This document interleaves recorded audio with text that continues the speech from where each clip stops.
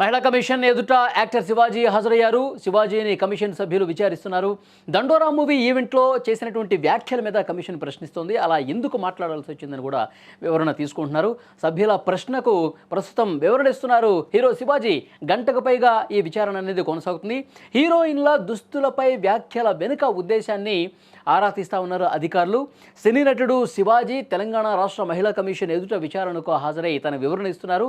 ముఖ్యంగా మహిళల వస్త్రధారణకు సంబంధించి ఆ రోజు ఆయన చేసినటువంటి వ్యాఖ్యలు వివాదాస్పదమయ్యాయి. అంటే మహిళలు బయటకు వచ్చినప్పుడు, ముఖ్యంగా సినిమాకి సంబంధించిన సెలబ్రిటీలు బయటకు వచ్చినప్పుడు వాళ్ళు హుందాగా చీరకట్టుతోనూ నిండుగా కప్పుకొని వస్తేనే బాగుంటుంది అని మాట్లాడుతూ, వాళ్ళు నిండుదనంగా ఉంటేనే బాగుంటుందని మాట్లాడితే అంతవరకు యాక్సెప్టెన్సీ ఉంటుంది. కానీ ఆయన మహిళలను ఉద్దేశించి 2 అన్పార్లమెంటరీ వర్డ్స్ వాడారు. దాని మీద పెద్ద ఎత్తున విమర్శలు కూడా వచ్చాయి.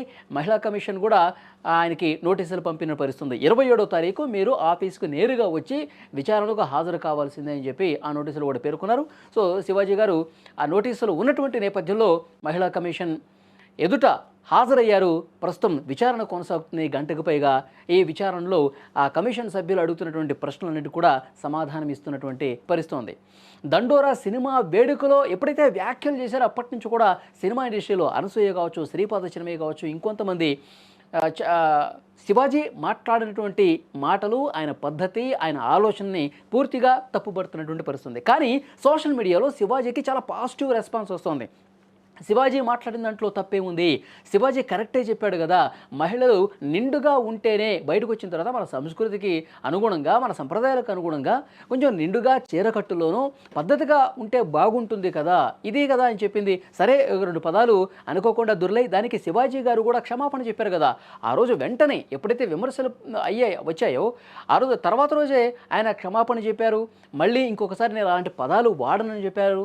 అలాగే మహిళలు ఈ విధంగా ఉంటే బాగుంటుందని చెప్పాను తప్ప మహిళల స్వేచ్ఛకు నేను ఎక్కడ భంగం కలిగించే విధంగా వాళ్ళు నిండుగానే ఉండాలి, వాళ్ళు చీరకట్టులోనే ఉండాలి, నిండుగా కప్పుకునే బయటకు రావాలని చెప్పి నేను చెప్పలేదు. వస్తే బాగుంటుంది అని నేను చెప్పాను.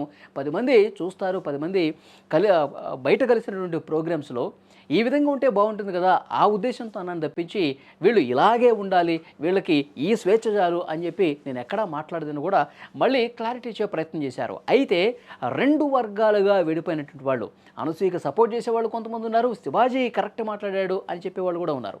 సో ఏదేమైనప్పటికీ ఆ 2 అన్పార్లమెంటరీ పదాలు వాడినటువంటి నేపథ్యంలో దానికోసం వివరణ తీసుకునే ప్రయత్నం జరుగుతుంది. మనకు అక్కడి నుంచి లేటెస్ట్గా ఇన్ఫర్మేషన్ కూడా వస్తుంది. శివాజీ క్షమాపణ నేరుగా మహిళా కమిషన్ సభ్యుల ముందు కూడా ఆయన తన బాధను వ్యక్తం చేసినట్టుగా తెలుస్తుంది.